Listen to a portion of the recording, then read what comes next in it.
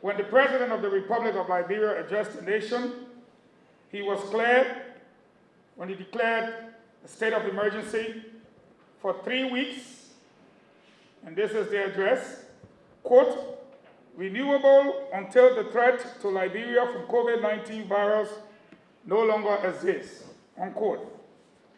The legislature, the joint legislature resolution authorizing the state of emergency, count 1, made it clear that the state of emergency is approved for a period of up to 90 days. So the president asks for 21 days, 3 weeks, renewable until the threat to Liberia from COVID-19 virus no longer exists. The legislature says, hey, we're approving it for 90 days, effective April 10th. Now, they went further to say the president may terminate the state of emergency anytime within the 90 days, meaning it can be 3 weeks or so. If the conditions, according to them, which created a need for the state of emergency is abated or the clear and present danger absent. The reason why I'm raising this issue to you, the members of the media, because we want the message to go clear. The question here is, are we seeing our people actually adhering to what the president ordered? The president ordered from 11:59 p.m. on Friday, April 10, 2020, the state of emergency for all 15 counties in the Republic of Liberia to be quarantined. I want you members of the media to take this very serious. All 15 counties to be quarantined. And quote, I'm quoting right there, until further notice, meaning until he says the quarantine is over. We have to give the message to our people as the message is. He went on further to look at few counties, and that was Montserrado County, Margibi County, Nimba County, and Grand Coup County. He said in his address, they are to, quote, stay home for the next 14 days, beginning 11:59 p.m. until, beginning 11:59 p.m. on Friday, April 10th. 14 days. So from April 10th to now, we've gone 9 days. Let us be clear. I'm making a point to you, the members of the media, and I'm quoting directly from the president's address. People come outside 6 a.m. in the morning. That's 6, so we start counting. 7, 8, 9, 10, 11, 12 midday, 1, 2, 3. You are out for 9 hours. In Montserrado, Margibi especially. You are out of your homes for 9 straight hours. And then you go running in at 3 p.m., so let's check. 4, 5, 6, 7. Normally people are home from work by 7. So again, you are out of your home onto the streets for 9 hours, and you run back in for just 3 or 4 hours. Now, what did the president address say to his people? I'm going to quote. Throughout this period, I'm quoting, residents may leave their homes only for essential journey for reason of health, food, which should be restricted to your local community only, and be limited to a single person per household for a maximum of 1 hour. Members of the media, are we seeing that? Is that something we are seeing every day? Do we have one person leaving a house, and do we have that person staying out for only 1 hour? No. The reason why I'm raising this point to you is because people are beginning to say, how long do you think this thing will last? The president was clear, until further order. So, had we, my job as deputy minister is not to give you my opinion, but to give you the facts as they are. And whether people want to interpret it, don't make people scared. I'm reading from papers here. Again, it must be stated for the record, something is going to happen in the next couple of hours. We must prepare ourselves for it. In a communication from the legislature, the joint resolution, it is clear, count 2, and I'm saying it again, members of the media, help us, that all restrictions, I'm reading, quote, that all restrictions imposed by the president pertaining to the movement of persons and hours applicable is hereby approved and modified only to the extent, listen to this, members of the media, because I believe it should be a headline on your online newspaper, your TV, your online platform, that all persons appearing in public streets and buildings must wear a protective device that covers at least the nose and the mouth. That's not my opinion. That's not what I'm saying. I have given you my reference, the joint resolution, that if you're going to come on the street for your 6 in the morning to 3 o'clock rendezvous, the legislature has made it clear in count 2. I'm going to read it again, that all persons appearing in public streets and buildings must wear a protective device that covers at least the nose and the mouth.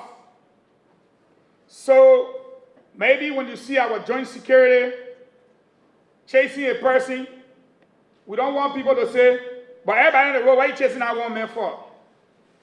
Oh, but everybody in the building, why are you chasing the one man for? It is written right here. So to you members of the media, when you come here too, in this building, public building, or on the streets, you must wear a mask. And that is why I said, if you are a tailor in the Republic, stop sewing clothes.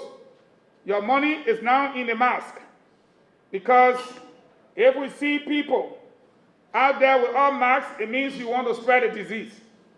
And don't say, oh, I don't have the disease. We don't know. And that is why the legislature has modified to say, if you're going to come on the streets, if you're in your house, it's okay. If you are in your backyard, it's okay. But if you come on the street, you must have a mask. And if you go into a public building, you must have a mask. And lastly, I want to say to our people, the intent of the president's address should be taken serious. If you don't have a reason to be outside, stay home. Because it makes no sense for you to think that from 6 o'clock in the morning to 3 p.m., which is 9 hours, you can rub against your friend or in the market, do everything, and then run for the street for just 3 hours and think you're safe. I'm not here to sugarcoat. I'm not here to give you my opinion. I have given you facts. The president was clear. People in Magidi and Monserrato stay home for 14 days. But somehow you have been outside. But there is another stuff. That is, if you're going to come on a car road and you're going to enter any building, don't say, oh, why are you going to be on me for? You must have on a mask. Do I make that clear? And I'm not saying it's my opinion. It is not my advice. So in closing, I will read it, verbatim, and I'm going to quote it. Joint resolution, quote, count 2, that all restrictions imposed by the president pertaining to the movement of persons and hours applicable is hereby approved and modified only to the extent that all persons appearing in public streets and buildings must, I repeat, must wear a protective device that covers at least the nose and the mouth. So if you are out there again, like you're doing the 6 a.m. to 3 o'clock thing, if you are out there make sure you have on a mask. The reason why we don't go into the other petty political issues is because this is a COVID-19 briefing, and we don't want to take away from it. Last but not the least, for those of you bent on attacking members of the Joint Security and inflicting injuries upon them, as we're seeing, sooner or later you will have yourself to blame, because the fact that we're working on decongesting our prison does not mean we don't have space in there for you. Please, Joint Security is out there to protect you and not to harm you. Thank you very much. Was Honorable Len Eugene Nangbe. I'd like to officially welcome all of you to this important COVID-19 press briefing, especially you members of the 4th Estate. Today, we're going to have our dynamic health minister, Honorable Dr. Wilhelmina Jala, along with the Chief Medical Officer, Dr. Francis Kita, to give us briefings and updates on the current state of affairs relative to the pandemic that has got all of us engaged at this point. After such, we will do a brief housekeeping, and in the middle of the briefing, just before the question and answer period, we will introduce to you a man that I'm so happy and excited for and about to be working with as my immediate deputy, the Assistant Minister for Information Services, that has been confirmed, was appointed, was nominated by the President, confirmed, and we wouldn't take him now.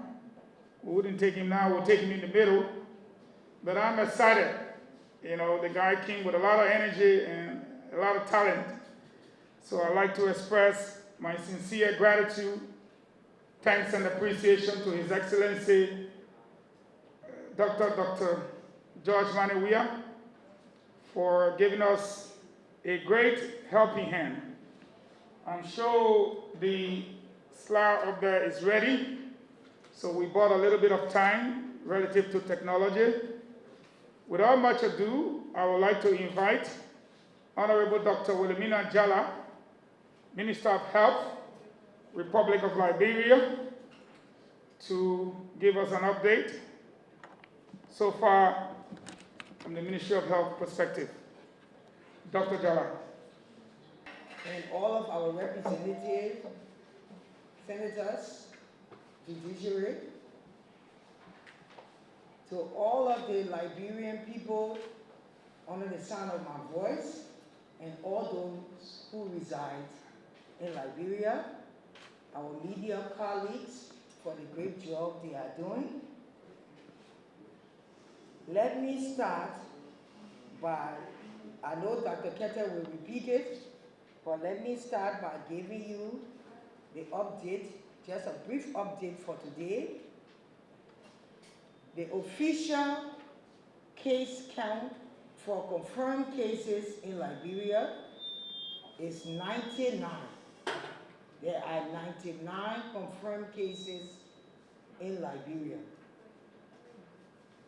We will be the only one giving you the official numbers. So any other numbers that you gather from here, there, and yonder are unofficial. There are still 8 deaths. We want to extend our deepest sympathy to the family of the one health care worker that passed over the weekend from COVID-19. Our prayers are with you, and we'll do everything that we can do within our powers to support your efforts. We also want to say to all our healthcare workers, that your safety come first, and we do everything in our power to make sure that you have the requisites or PPEs to be able to meet the challenges ahead of us. If your institution or your clinic don't have, you can let us know and we'll provide what we have to do.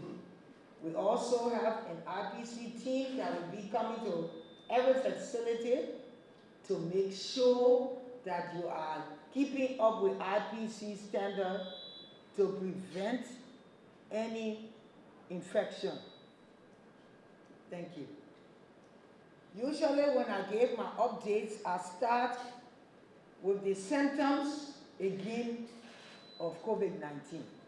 So if you are out there and you are feeling this way, please, for now, make it to the sample collection center at the SKD.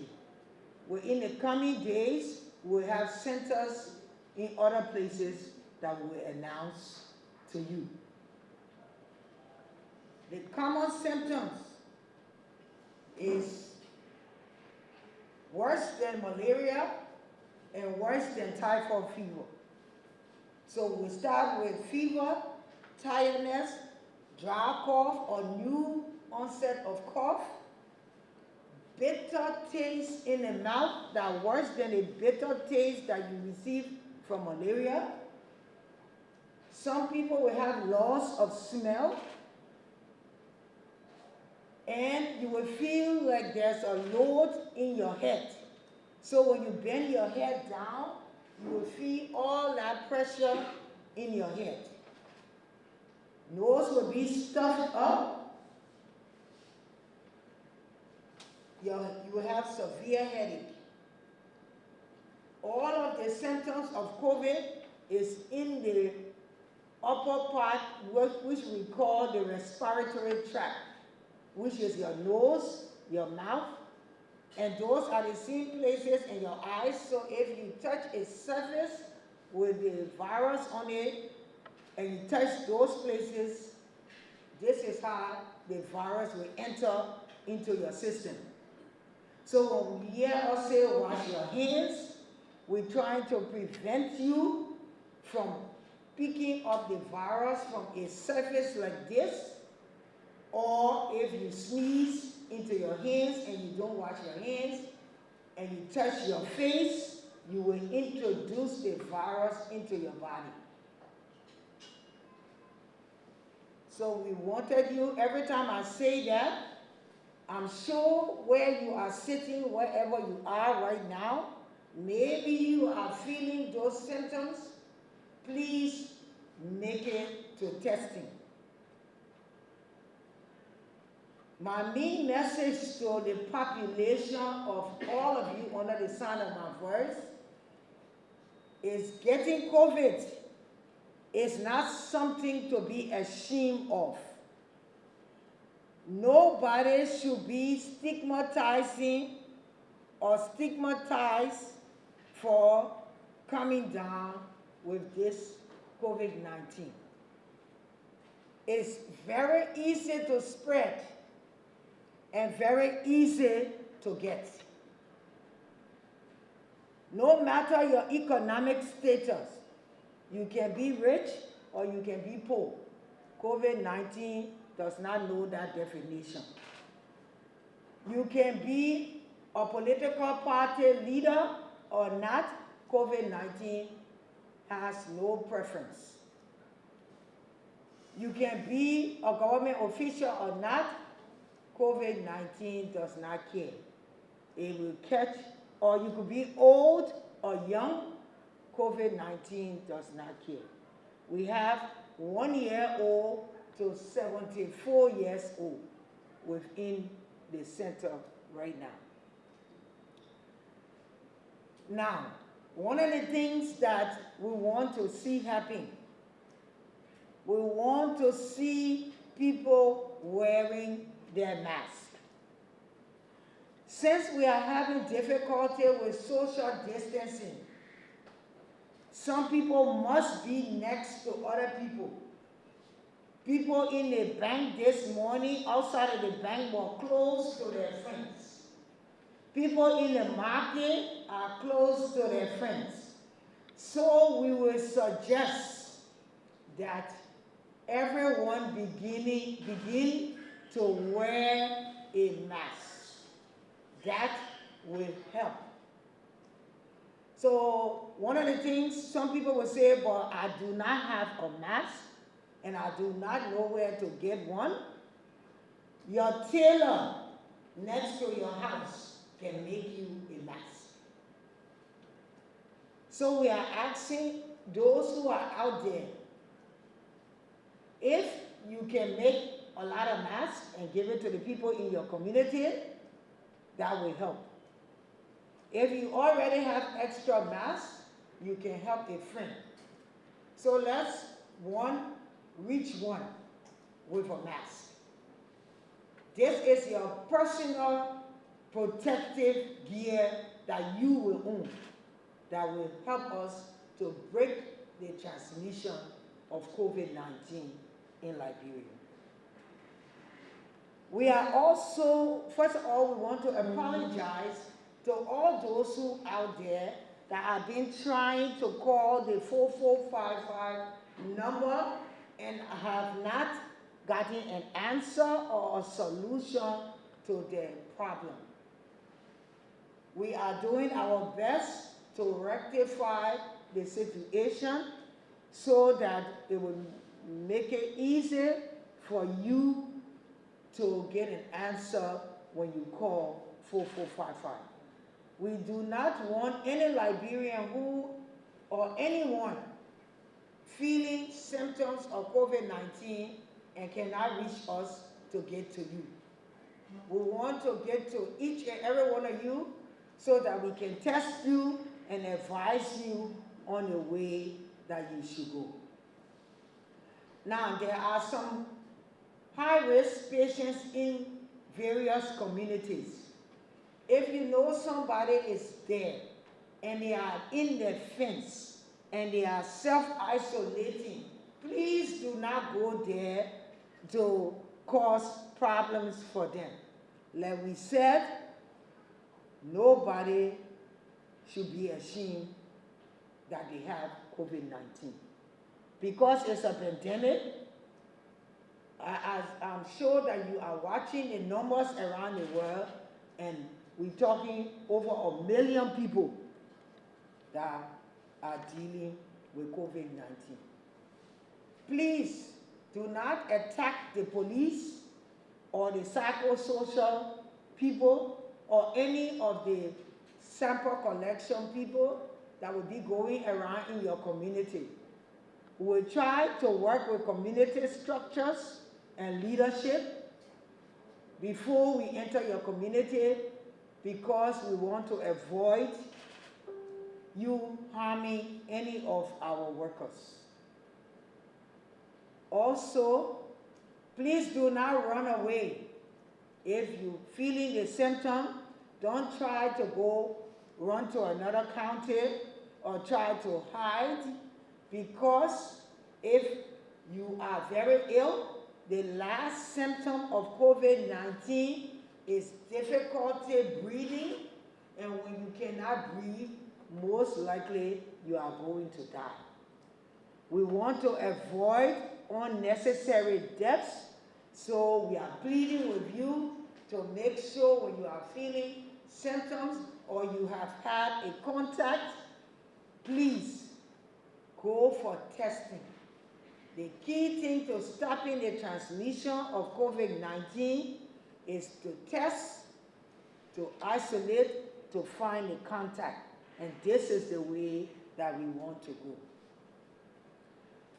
Please continue to wash your hands, and now we have added wearing a mask. Now, we are trying to put together more sample collection teams. When those teams are ready, they will be in various neighborhoods. So don't shy away. go and get tested. Every time we come on, we are going to tell you the symptoms, and we are going to tell you some of the ideas that we have. Please work with us so that we can stop the transmission of COVID-19 in Liberia. Again, I want to encourage the healthcare workers that we will continue to support them and to make sure they are safe. Because if they are not safe, then they will not be able to help the public to be safe. Lastly, I want to encourage all of the facilities, public or private, to please remain open. There are patients that are circulating all night long, trying to find a place to take care, and some people are shying away from those patients. Please help us to continue to keep our regular healthcare facilities open. We had a few pregnant women that were passing around, and everybody was afraid of them. If you are doing the right infection prevention control measures, you should be able to identify a COVID-19 suspect, at least those ones that are showing symptoms, and help them. There are people that are not showing symptoms. So if you are afraid of those who are showing symptoms, then what about the people that are not showing any symptoms and that can infect you? So please, let us join together in solidarity and fight COVID-19 as a team, because only teamwork can make the difference for Liberia. United we stand, divided we fall. Thank you. Dr. Kitta. And Dr. Kitta will be doing a presentation. So please, for those of you with camera and streaming live television and all of you, the board will be up here for you. So the table of content today is very, very simple. The first thing is that we have had Ebola here, and we dealt with Ebola. So the lessons from Ebola, and how does it relate to what we are dealing with today? So I'm going to take you back to some of the experiences we had. You are 6 feet away from me, so that's fine. Some of the experiences we've had, and then we're going to look at the global outlook of COVID-19, the current status of the response, the way forward, and then we'll have questions. Let's see, could we go next? So, if you can remember, Ebola started in 2014 in a place called Guinea, and then gradually it spread. You saw how fast it moved. It spread into Sierra Leone and Liberia, and further into Guinea. So, what happened then? We had our first case in March. And remember, March is becoming very critical to us. But then in June, we had a case. And that case, look what happens. The case rate, confirmation, we went so high up, reaching the peak. And after we got to the peak, we kept hitting and went down. And one of the things that happened is that when you have enough of the disease, it makes it easier to determine who is sick and who is not sick. But when you get to the single digit, when you get to 0, it becomes more difficult. And this is when we established the Precautionary Observation Center at that time. And it was through Precautionary Observation Center, we ended up getting 0. And even though Liberia had the worst case, but Liberia got to the end before the other countries. Next. So, this is very interesting because it's important for every one of you to understand what happens here. This is the same scenario we are having with COVID. If you have one person infected, that one person can have a chain of transmission. And that chain of transmission can go from one generation to the other. And so, this diagram is strictly showing you how we can have this chain of transmission. And I can tell you plain blank, this case, the 50-year-old lady, happened at St. Paul Bridge by the end of 2014. And from that, her neighbor, her son, her husband, the herbalist, and daughter got infected. And from those people, the sister, the brother, the niece, the daughter, the taxi driver, taxi helper, everybody got infected. And that led to the transmission that took us into 2015. And so this is the same thing that is happening. Today, if you have one case and people keep hiding, you can infect somebody, that person can infect another person, and we'll continuously have a line of transmission. And this is what we are trying to do, to put in all of the system in place to break the transmission. And we can only break the transmission when we all work together. So, in March of 2015, we had a 44-year-old female that came down with the disease through sexual transmission. But the person went for 151 plus days, follow all of the guidelines that we set as scientists, healthcare workers, and so forth. Unfortunately, this happened. Because of this case, today, Ebola now have a different definition after you should have been considered a survivor because of the lesson from Liberia. And so from COVID-19, we are going to learn more about the disease. Remember, Ebola came about in 1976, and up to 2015, we're still learning about Ebola. Therefore, COVID just started last year. There's so much we have to learn. Next. So, let's go to the global picture. And this is as of the date of April 19. So every time you see, we may be a little backwards, but as of April 19, we'll have more than 2 million confirmed cases around the world. We have more than 152,000 persons dying from this disease. And if you come to Africa, though Africa has the lowest fatality, but remember, it's a time bomb because we're not doing enough testing, there are people dying, and so forth. Next. If you continue on the global picture, you see that America on the 19 had a little over 30,000 now. America has over 40,000 deaths.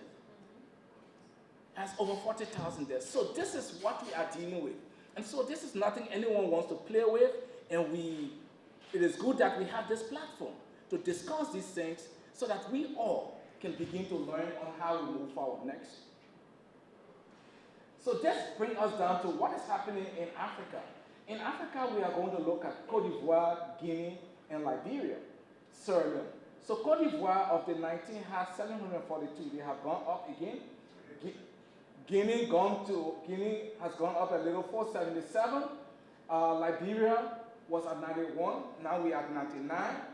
And Sierra Leone is also. And the thing here is that when a country, because there came a time where Sierra Leone was moving nowhere. When they closed their borders and everything was going on, people would call me.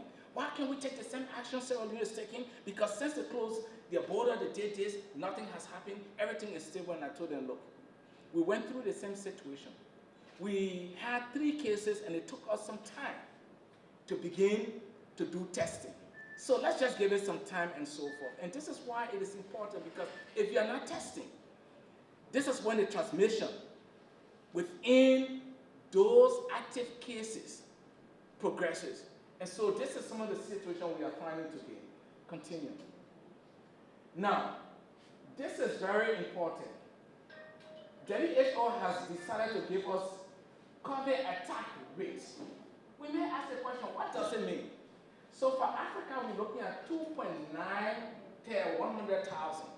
So if based on the population size and so forth, the probability that about 2% could be attacked based on that is very high. Now, you drill it down to Liberia, 1.93, that's almost 2% could be attacked. If you look at the general population at about 100,000. Now, when we drill it down and begin to dwell a little and go deeper, we see a little difference. So if you look at Montserrat County as a whole, it's about 5.8, so about 6%. From one individual who is confirmed, you can attack about 6%. Now, if you drill it into central Monrovia, it's about 9.8. So for one person being infected, you could hit almost 10% per 100,000. So this is the situation. If you look at the chart here and so forth, you see where Liberia is compared to other African countries. Next. With that being said, let us come now home. Let us come home. What is the reality? What's going on in Liberia? So as we indicated and the minister clearly articulated that presently we have 99 cases in Liberia. Now, we also have the ability to do more testing, and as long as testing is done, we are going to increase. We're also doing harmonization of the data. And so, after the harmonization completes, the minister will come back again and tell you exactly where we are, and henceforth we continue to move forward. I'm not going to go into all of the details here, but we can. So, what is happening? Because whenever we're doing these things, we look at what is the ratio male versus female, and does this meet international standard and so forth? Yes. If you look globally, there are more male that are impacted by this disease versus female. And so Liberia is not a difference. Liberia is not an exception. So we're seeing the same thing here, and the chart here clearly indicated that. So where are we? If you look here, you see what is going on here. Our first case was on the 16th. And from there, just imagine, we had a break, there was nothing. We went a couple of days with no case, and then on the 31st, we had a case. And since then, from the 3rd of April up to present, every day we have a case or cases. And this is because we are testing. So during the time we had this little break in between here, we gave the virus an opportunity to begin to go from one place to the other. So we now begin to have community transmission, and so this is where we find ourselves. And in other words, the dragon was under the water, now it's trying to show his face. Next. Our role as the ministry, as a government, is how do we keep this dragon under the water? And this is what we are doing. To do that, there are a couple of things we have to do. We have to look at the entire country. So if you look at the entire country, you realize that Moserato County is an area that we have to concentrate on. Micat County, we have 2 cases. Grand Crew, there's a case there and so forth. So what can we do next? We have to go a little deeper into what is happening in Moserato County. So if you look into Moserato County, if you look at here, we have particular areas that will find continuous transmission. And so if you have minimal resources, what do you do? Where do you put most of your resources? Those areas that you have so much of transmission, this is where you put most of your resources. And while the others are going through the preparedness phase and doing other things. And this is what we are doing. So in other words, we are going to do a targeted approach. And this is what the team is doing now. Next. And so, even with the areas in Monrovia that we show, what have we done? We have gone further into the process. If you look, there are a couple of districts. Here, we have Central Monrovia, we have the Commonwealth District, we have St. Paul District, we have Todi District, and so forth. All of these areas are areas based on the transmissibility of the disease. We have to do a targeted approach. And so from here, we know exactly where we have to put all of our resources in order to make sure that we break the transmission. And this is what we are trying to do. So within the next couple of days, you are going to see movement in specific areas. It is not because the other areas are not of concern, but where we have the major transmission going on is where we're going to put the resources. We're going to maximize the minimal resources we have in those areas in order to break the transmission. Next. So if you looked here, these were the total samples we have tested, and this is just to show you what we had up to April 18 when we had 91 cases. And if you see positive 103, those are some repeats and other things. So as we go back and harmonize the data, we make sure that we clear out and come up with the new cases. Next. So this also gave you details on the line listing of the contacts, Montserrado County, Grand Crew, Nima County. Those that have completed their 14 days and everything, we have them line listed. So when others are resting, healthcare workers are working day and night because the key to this is contact tracing. If we can go into active contact tracing, definitely we can breach the transmission. Next. So, where are we now? This is what we are doing, and this is where you all have come. You are going to be the spokesperson for us. You can reach to where we cannot reach. You have that pen. You have the microphone. You have every other social media to transmit the information to our people, to let them know that this is not something that does not exist. And this is why we have gone from the global picture to the picture in Africa and then localize that to Liberia, to show that this is not only happening in Liberia. This is a pandemic, and we all have to tighten our boots and tighten our belts and so forth. But one of the things that also happened is that we have had the experience, and this is why I came back with the experiences we have from Ebola, so that initially when Ebola started, people doubted it. They said, oh, people wanted money and this, and so forth. And we see the same scenario. How many times do we make the same mistakes? We have to learn from the past. And the lessons you learn from the past guides you to how successful you are.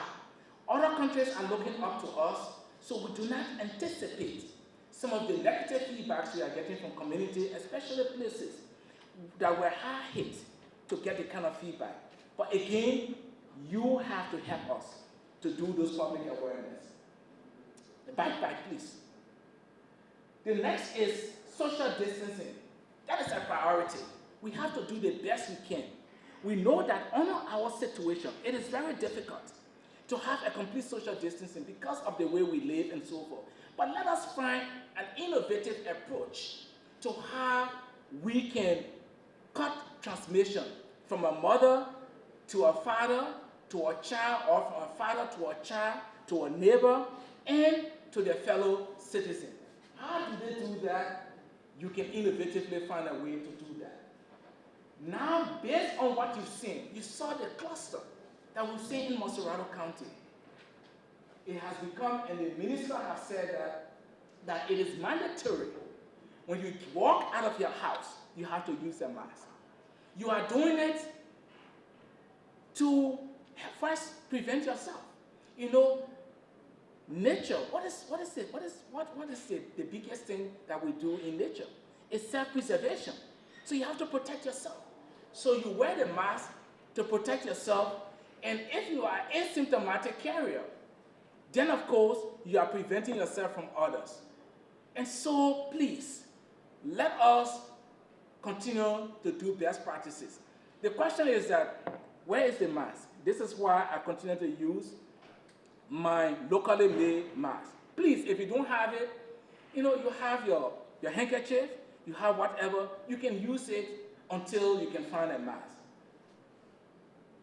The incident management system, it is a system that comprises everyone, all of the stakeholders, in terms of logistics, GSA, Nphil, everyone is part and parcel. Our Ministry of Gender, we all are part and parcel. Information, you are all part of this. That's the incident management system.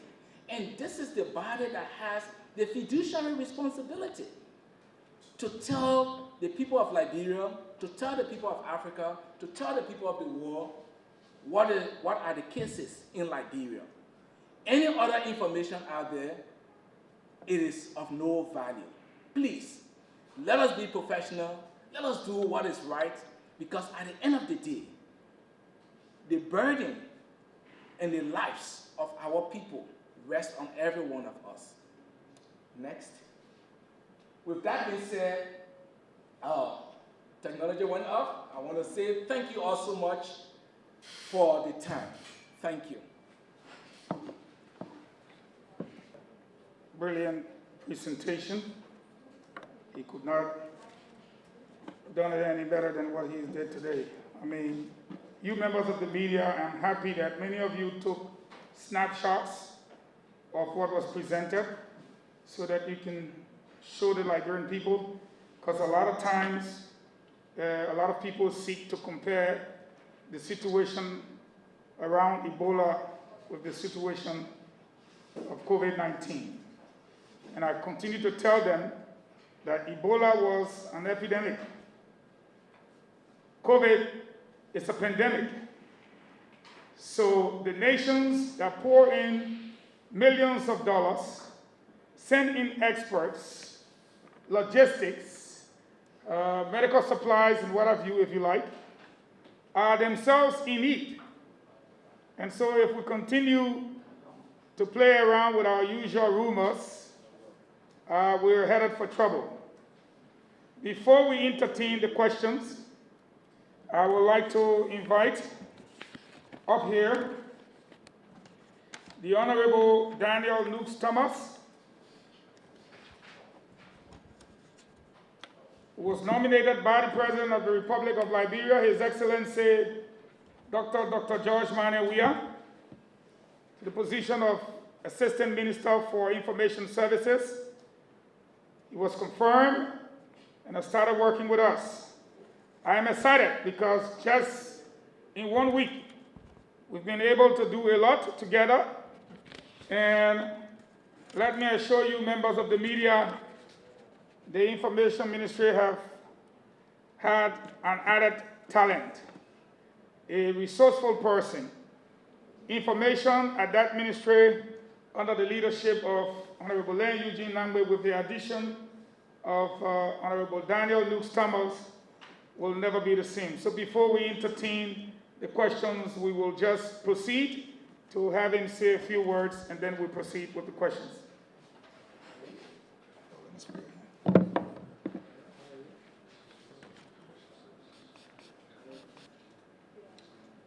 First and foremost, I want to give thanks to God Almighty for the opportunity to be here today.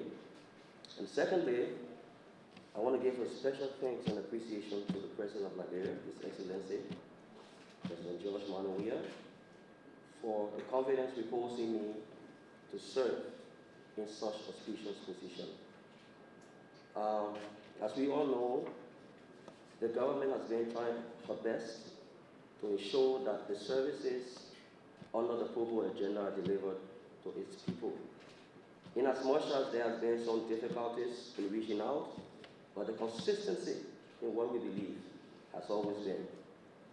So without further ado, Mr. President, on behalf of my family and I want to say thank you so very much for that confidence, and I can assure you that whatsoever I have to offer shall be done in the best interest of your government and my country. Secondly, let me first of all give my ardent thanks and appreciation for the confidence also reposed in me by my bosses, Honorable Len Eugene Nangbe, Minister of Comfort, and my immediate boss, Big Brother Len Eugene Fagon.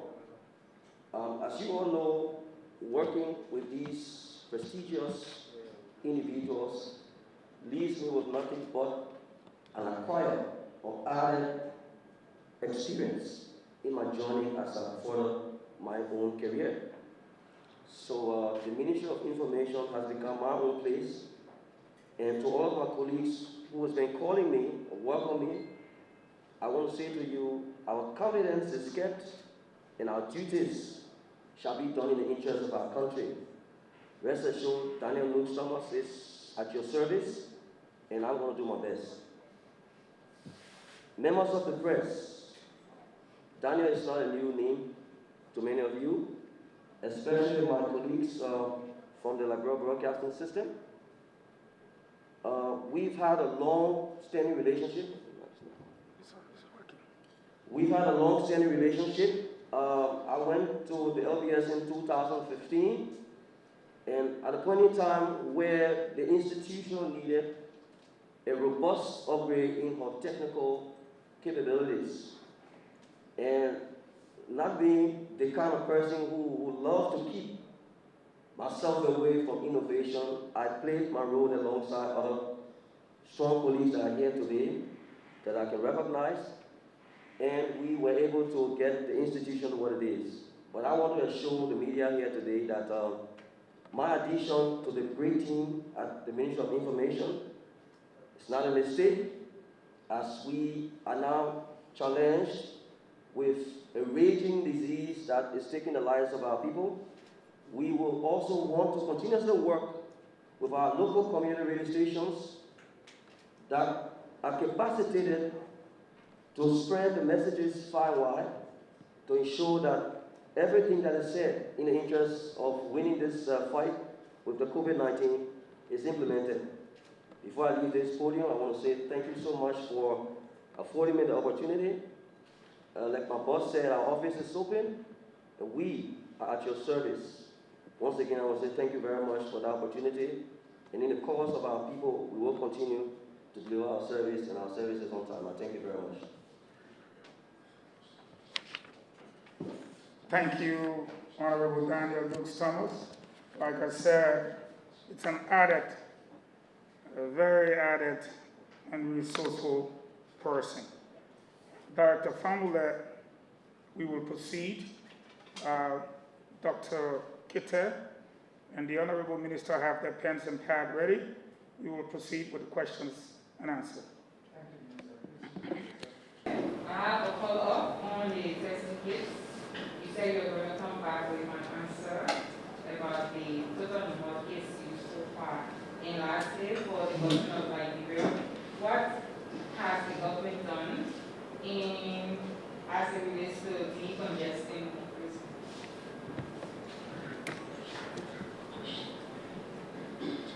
My name is Hannah Kidemi, and I work in the newspaper. I address my question to the health minister. I want to know whether you are sorry for the admission of JFD hospital to release a coronavirus patient to the public. And then, if yes, what are you going to do to stop other health facilities from doing the same?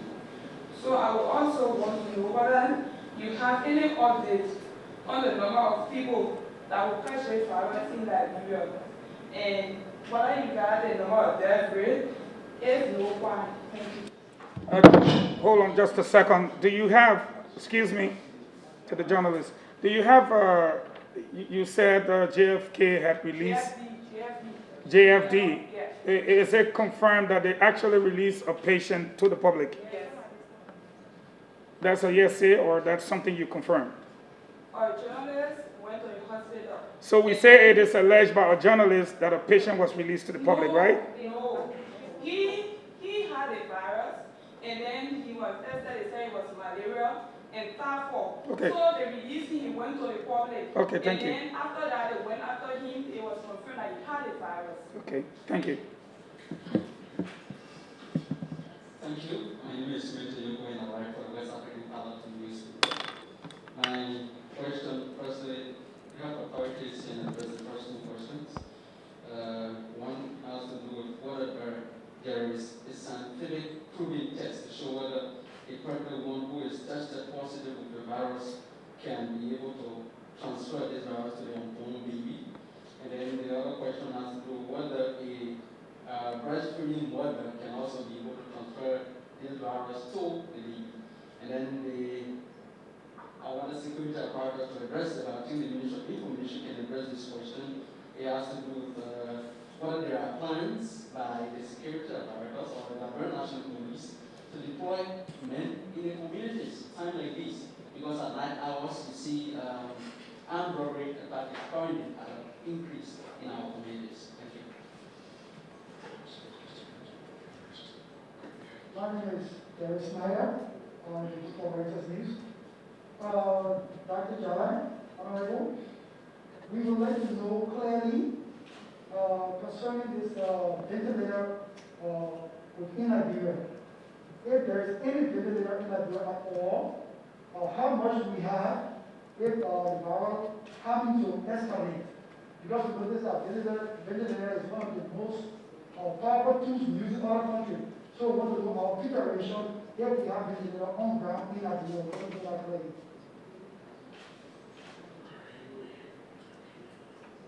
My My name is Angel Mars, and I report from British Radio Africa. Well, I'd love to say a very big thank you to the Chief Medical Officer of Liberia, Dr. Francis Vetta, for his splendid presentation and that of his elaboration.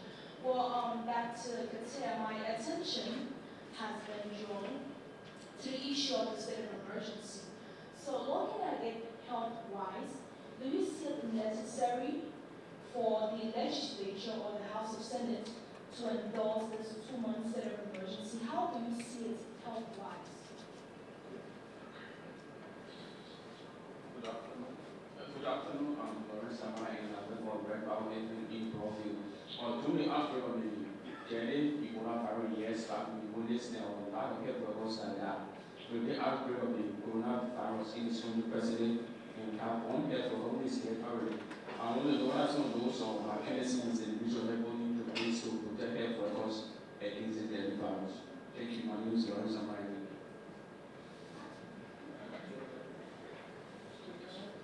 Thank you very much. I'm Chopin Flama, and I report for Fabric Radio. My question goes to health authorities in Liberia and has to do with Liberia. The last time I checked, Liberia is the only country where the death rate of coronavirus is more than people who have recovered.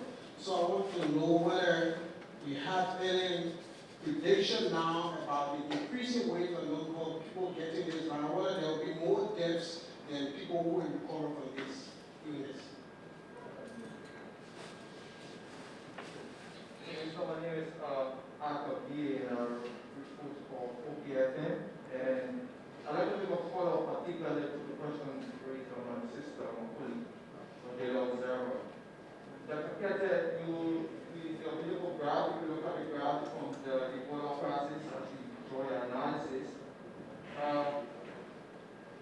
is there a plan to change the dynamics in terms of the graph, partly in the fight to COVID-19, in terms of during the Ebola crisis, we saw a lot of health facilities, private or government hospital, you have isolation centers. And at those centers, you have testing processes going on there and all of that to be able to transfer the cases to the bigger lab or whatever. But here you're requesting for a voluntary testing and all of that. You don't think you also have to increase the cases because people will stay in their home and get afraid or fear or panic. They will stay in their home and this situation will continue to increase and that will be the worst case scenario. Thank you. To the decongestion of prison, it's not easy to just decongest a prison population without doing due diligence.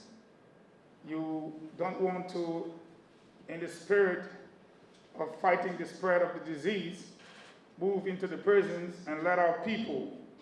It has to go through a vigorous vetting process to ensure that those with less criminal record and less serious cases be let out of the prison. You don't want armed robbers, murderers, rapists out on our streets to add to the already existing workload of the joint security.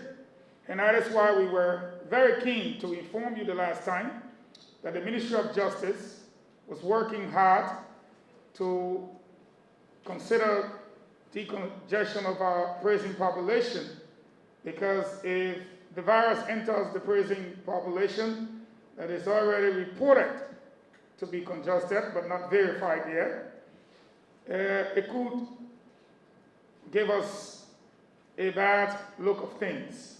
So yes, work is ongoing, the process is on, and those with less crimes or less criminal records and petty little issues ranging from civil to little misdemeanors and what have you will be considered. But I'm sure we don't want the decongestion of the prison population to reflect the release of armed robbers, murderers, and rapists. So yes, the Justice Ministry is working on that. with respect to the deployment of the joint security, you already know that they are deployed at night. They are already deployed to enforce the state of emergency. It's unfortunate that we still have pockets of armed robbers or armed robbers, but that is being taken care of, and the joint security remains vigilant. And that is why we call on our citizens, if you see something, say something. And if you hear strange movements within your community, call so that the joint security on patrol can respond. We understand that, yes, well, the joint security is deployed, but that does not take away the fact that the criminals will not be employed.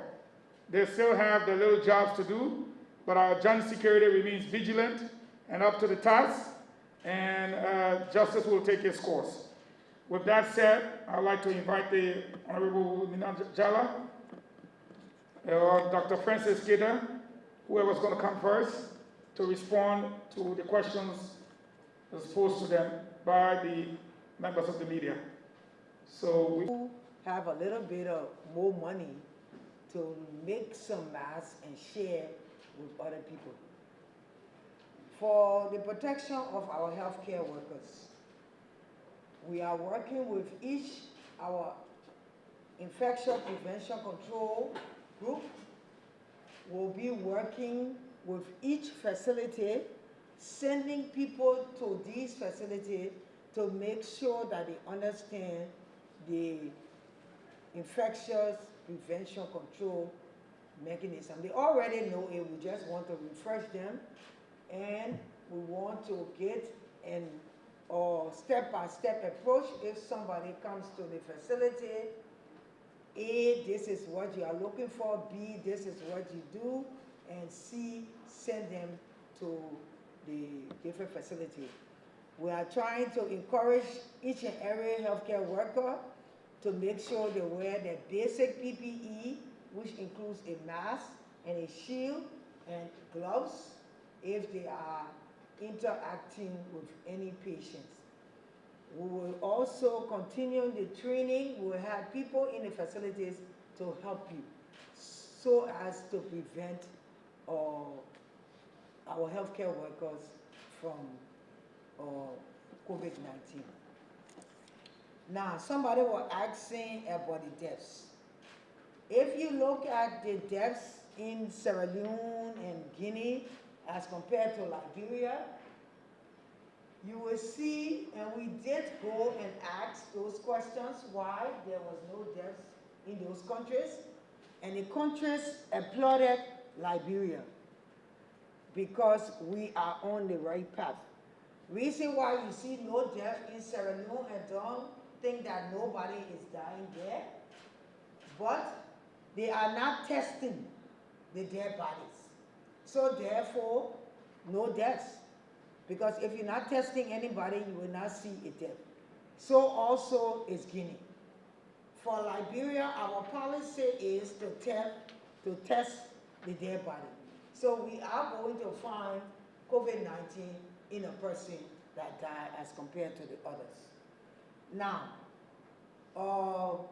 the 8 deaths that have occurred, there was only 1 in the treatment center, and the other ones were in the community. So that's why we give the symptoms, and we tell you that if you are feeling that way, please call us so we can test you and we can take care of you. We don't want any deaths to occur. Right now, we have 3 that have recovered. We have 7 that are in the intermediary place to believe, and we have 29 that are feeling better, that in the step down place to leave.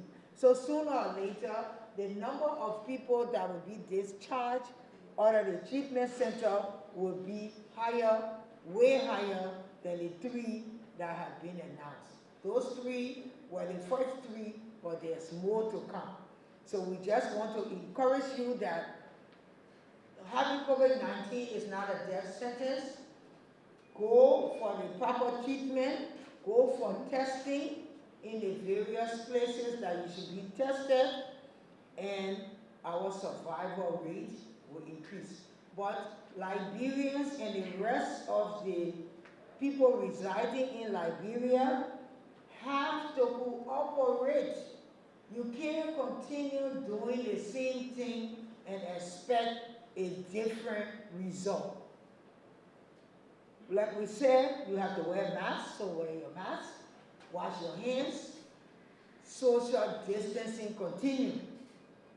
If we don't see some of those things happening, the transmission of the disease will not be broken. So please help us help you. Thank you.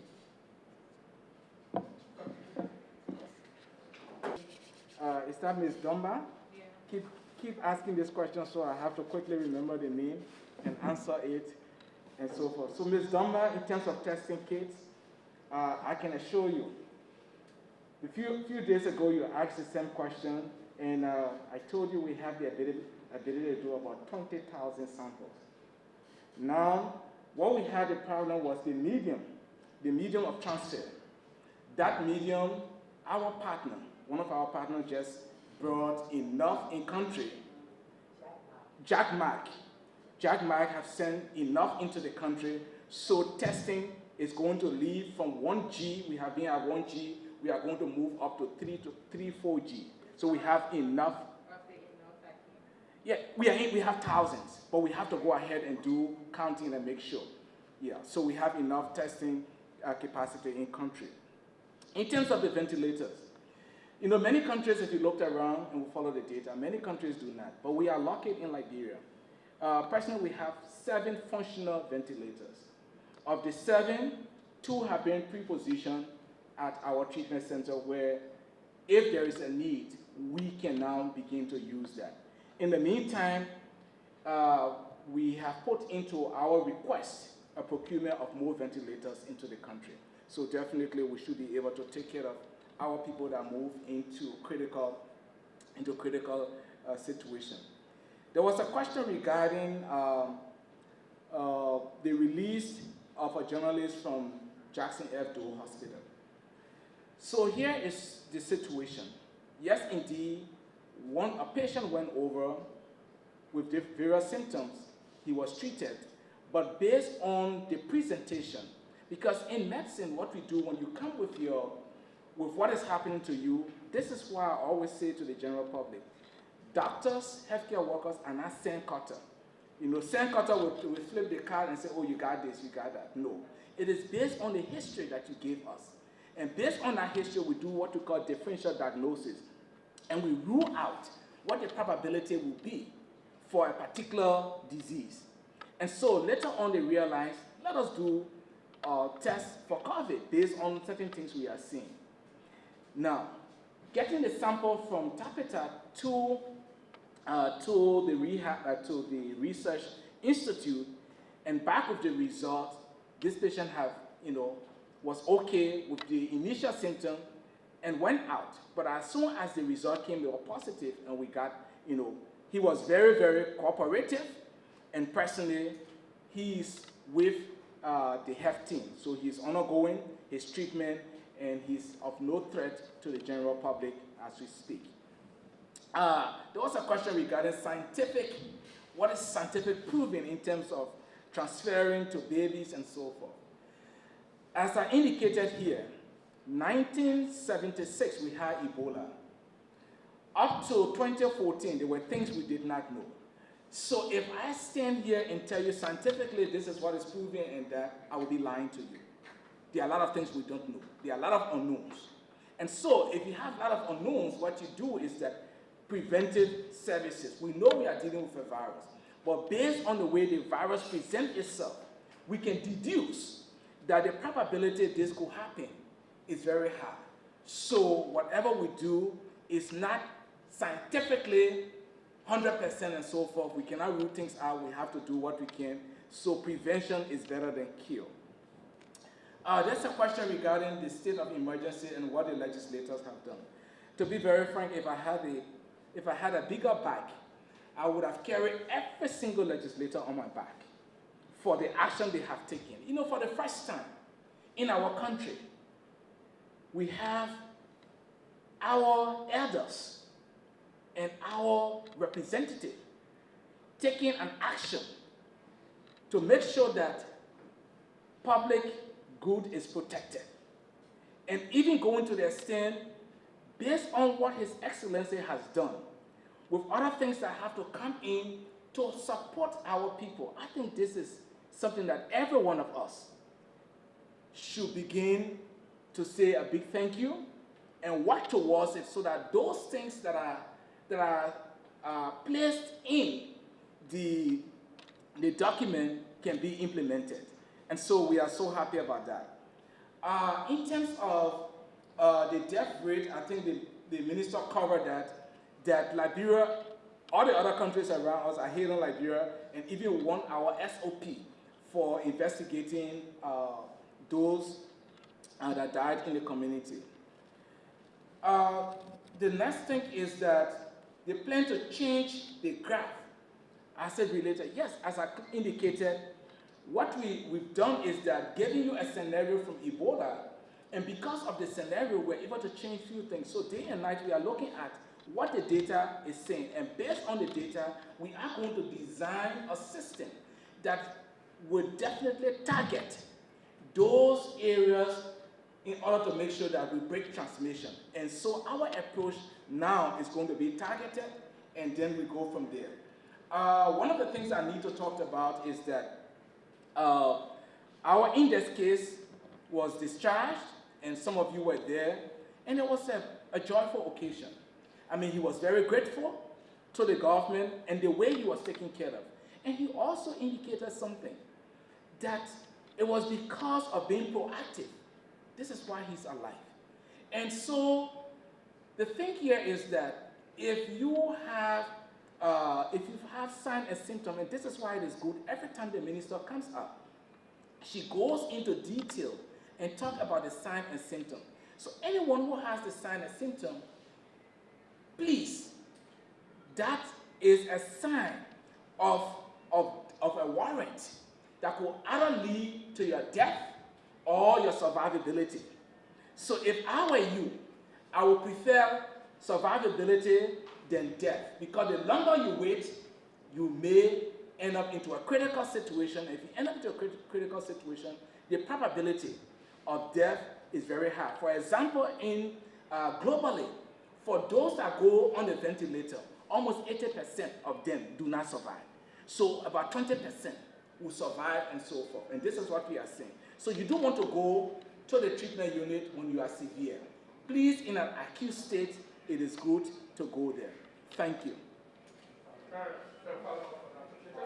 Positive for some reason, then you have infected other people. So please, as you go for your test, try your best to stay away from others while you are awaiting your result. Yeah, one of the parents that he was I asked two questions, and one was that answer. And the other one, the answer you have, you left out. As I said, what will you do as health authorities to stop what happened to JFD hospital in Ghana from coming to other hospitals in the country? And you didn't answer that. Then I asked whether you have any estimate of the amount of people that will catch this virus in Liberia. Okay. And I'll take it the death rate. Then I would also want to know what the essence of testing there by the country. Okay. All right, thank you so much. So basically, your question regarding what have we done with the issue that occurred at Jackson F. Hospital. One of the things we do, we always do AAR, after action review. And after every incident that occurs, we go back and say, where did we go wrong? Where is the issue? How can we correct this? And all of the corrective measures. This is why you heard the minister just indicated one thing. If you have symptoms, if there is anything, you go and get your specimen drawn. Please stay away until you get your result. And so this is something that has been sent to all of the facility. If we get a specimen of someone, that person has to remain in our place isolated until they get the result. Now, in terms of what you are saying is that you want us to predict a model we are working on a model that we want to predict, and we predict that model, it's going to change a lot of things. We're going to see the high reality. Like, for example, the United States, there was a model presented that more than 100,000 Americans would lose their life, and had they not done anything. Remember, during the time of Ebola, there was a time where it was announced that more than 1 million Liberians would lose their life. Had we not done a thing? And based on the different strategies we put in place, we were able to decrease that. And so we are working on a model that we're having very soon. We're going to show that to the general public, that if you don't take these measures and so forth, this is what's going to happen. But with your cooperation, we can change that into something else. Did I answer all? Oh, the essence of testing their body, this is what we're seeing. If a person dies in the community and we do not test them, that places us into a major, major crisis. For example, from the testing we did on a body around the Chinese embassy, that led us to the case now in Grand Cru. Because if we can test the body and that body is positive, we immediately begin contact tracing and so forth. And so it is important that we do that. It is very critical. And that's one of the easier ways to break your transmission. Because if you don't, then of course, that epilink is lost and it becomes a problem. So I asked a question about your health analysis and the lockdown situation, or we all may say the state of emergency. But according to you, you are kind of in support of the endorsements made by the national legislature. But Dr. Cantel, we find out that people roam around, especially market women, from morning to 3 p.m. And you and I are aware that this has a propensity to transmit this virus in that time frame. So please, health-wise again, how do you see this? I mean, again, I enjoy you coming back with this. It's very important. You have to realize that as health authority, there is another linkage to that aspect. What we can do is that provide the scientific evidence, on what could happen and so forth. And this is what we've spent time talking about. It also depends on enforceability, which is another aspect. So the legislators have done their part, the judicial will be doing their part and so forth. But also, it also depends on the individual. This is why when I did the presentation, I clearly indicated what has happened when I talked about the 50-year-old lady from the St. Paul area who ran away, and what the subsequent action that occurred. And so this is why it is important we begin to educate our people. We as humans, it's so difficult for us to. If nothing happens to us, we don't believe it. But when it happens to us, then we want miracle to happen. And so before we get to that miracle, we all need to work together to educate our people, to tell them that we are not doing things to hurt you. We know it is difficult, but please, for the sake of your own life, for the sake of your children, for the sake of your family, for the sake of the country, do the best thing you can, stay away, and so forth.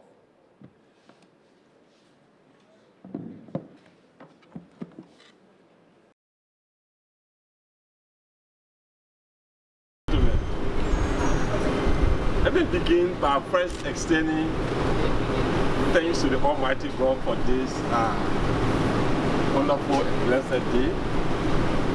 Because months ago, when we heard news about coronavirus in China, later in Europe, and now in America, there were many of us health workers that were wondering as to whether when we begin to have the disease in Liberia, we will have the capability or means of attending to a single patient for that patient to recover successfully. Today, we are grateful to God that we are about to turn over to the Ministry of Health 3 of our patients who were tested positive for coronavirus and are today going to be released to their communities and their family people. I also want to say thanks to the health workers who stood the test of time that despite the stigma associated with the disease, the fears associated with managing patients with such disease, they still stood the test of time and went in day and night and attended to these patients. I want to give them, I want to say we appreciate all of their sacrifices and the time they took to attend to these patients. Yes, we really want to say thanks to you, all health workers. We want to say thanks to all the health workers that are in the facilities, that in the midst of the current crisis, you are still there offering services to the people of Liberia. We want to honor you for that. Having said that, Minister Kete, I have the honor to present to you 3 certificates for 3 individuals who were initially tested positive for COVID-19, were attended to for 14 days, and were tested twice after being asymptomatic, meaning not having symptoms, for 7 or more days, for being tested negative twice. And we kept them for additional days because we're not too satisfied. So the extra 14 days that were kept for was not that they were still sick. But we just wanted to take more caution to ensure that when they go back to the community, they will not infect other people. And so I'm pleased to present to you this certificate. I want to say we are happy to have our Thank you so much. Thank you so much. Let me first begin to say a big thank you to the president of this country, who in his wisdom decided to appoint key individuals to specific tasks. And we cannot talk about infectious disease in this country without calling Dr. Jerry Brown. So we want to say thank you. Whatever you've done with your team, it's only God that can reward you all. But also, let me take this time to say a big thank you to Dr. Musoka Fala, who led the charge on making sure that we contain coronavirus in this country. But to the new team, we have started a race. The race is not what you've started, but how do you get it to the end? And the sooner you get there, the better it is for everyone. And this is what we are about to do. And so we want to say the task is ours, the challenge is ours, to make sure that we curtail and contain this virus in Liberia in the soonest possible time. I also want to say a big thank you to the recipient today, our index case, and Mr. Phillips, for enduring what they've gone through. But you know, one of the things that I've learned in life is that you do not understand your own resilience until you go through a testing time. And you have gone through the first phase of your testing time. And if I were in your situation, I would have been broken down during the second 14 days. But during the 14 days, you became more stronger. And I want to praise God for you. I want to say thank you for everything you've gone through. To the press, and especially the head, Honorable Eugene Namwe, and his able deputy that continues to educate the general public, providing the platform where the general public is aware of what this disease is all about. And we all often tell our Liberian people that this is not a death warrant. The signature to that death warrant lies in your hands. The sooner you sign it, the sooner you're going to go. But if you decide that, no, I'm not going to sign this death warrant, there is a place that I can go and be recovered. That determines your own future. So we are asking Liberians, when you hear of any sign or symptoms, please come and we will take care of you. The key people here. And so to show that, this is why today we are going to certificate Honorable Nathaniel Blama to say thank you so much. And on behalf of my boss, the President and the Minister of Health, Dr. Wilhelmina Jala, who would have loved to have been here, but because of other engagement, she's not here, so I have to deputize for her.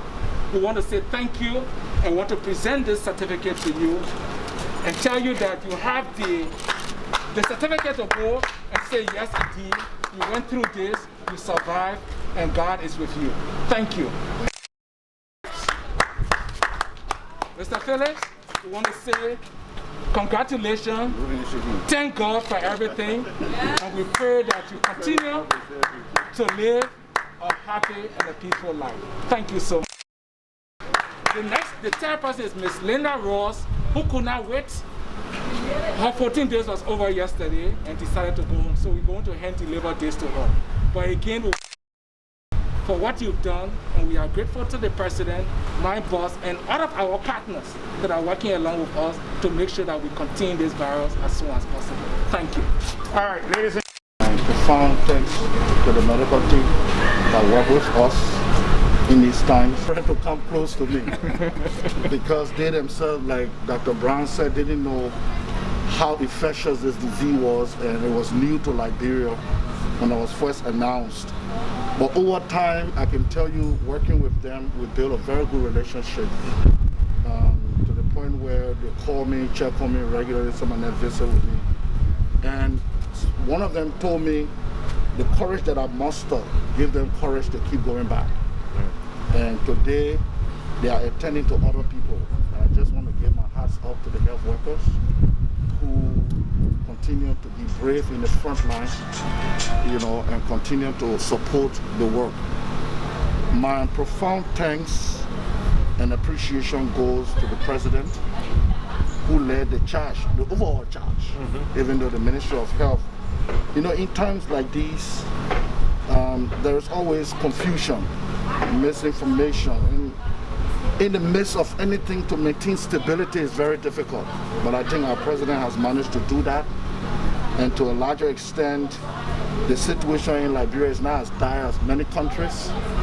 And with the experience of the current health workers and the experience from Dr. Brown and others that have worked on other diseases and brought it under control, I think given the right information, we can recover from this faster than any other country.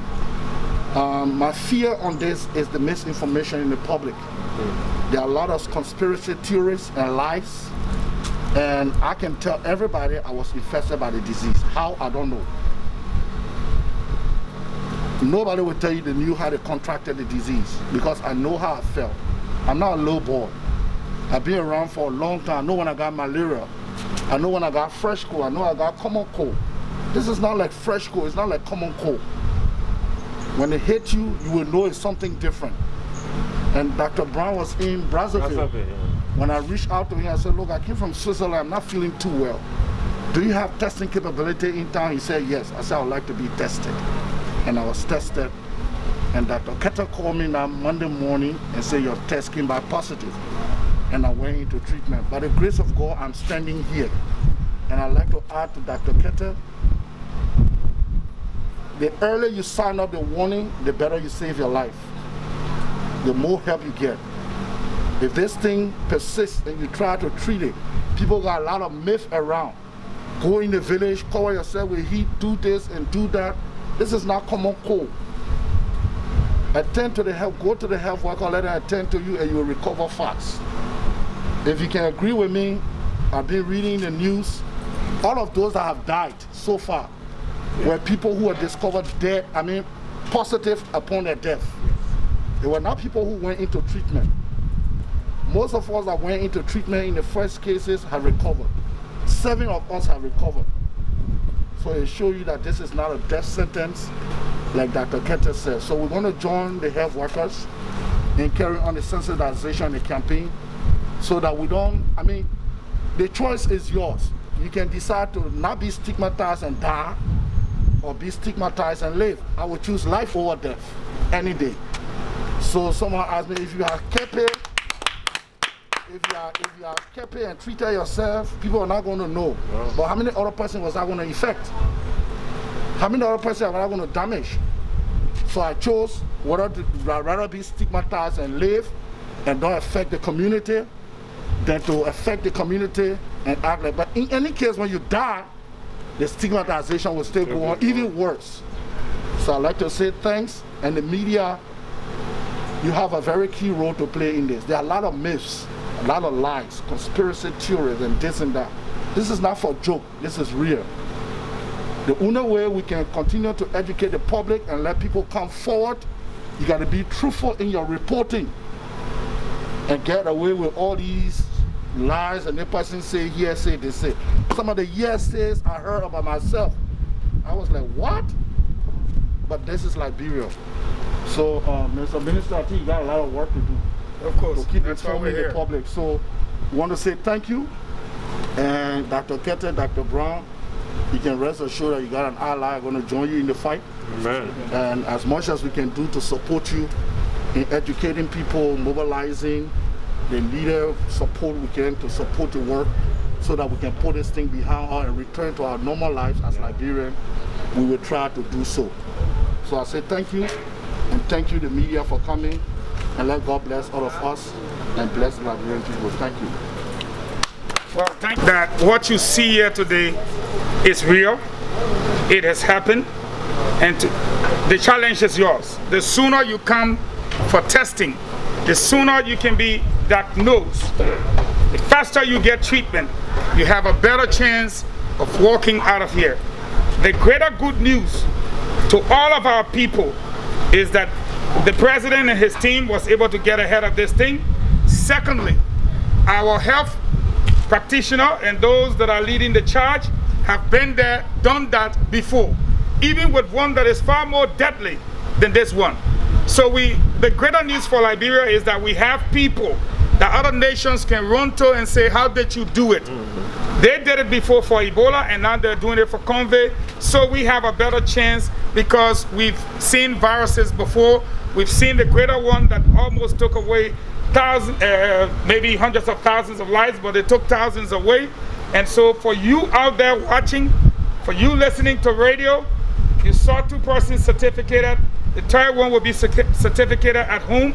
COVID-19 is real. Don't listen to the myth. You can get treatment. You can get tested and get treatment. We've gone away from the preparatory stage. We are in the response stage, and now we have people that have recovered. So again, the challenges are out there, but we know you can do it. Come to the testing center, call the number 4455, or go to the SKD complex and ask to be tested, and you will be tested. The thing that will help us to get this thing over with, if you feel the signs and symptoms, the people are here to treat you. Come forward so that you can be taken care of sooner than later. On behalf of the president, I'd like to say congratulations to you. On behalf of the president, I'd like to thank our healthcare providers and practitioners out here. To all healthcare workers out there, on behalf of the president, I say big thank you to you. And like the president has always said, he will continue to stand by you until COVID-19 is defeated and thrown out of Liberia. We thank you all for coming, members of the media. Thank you.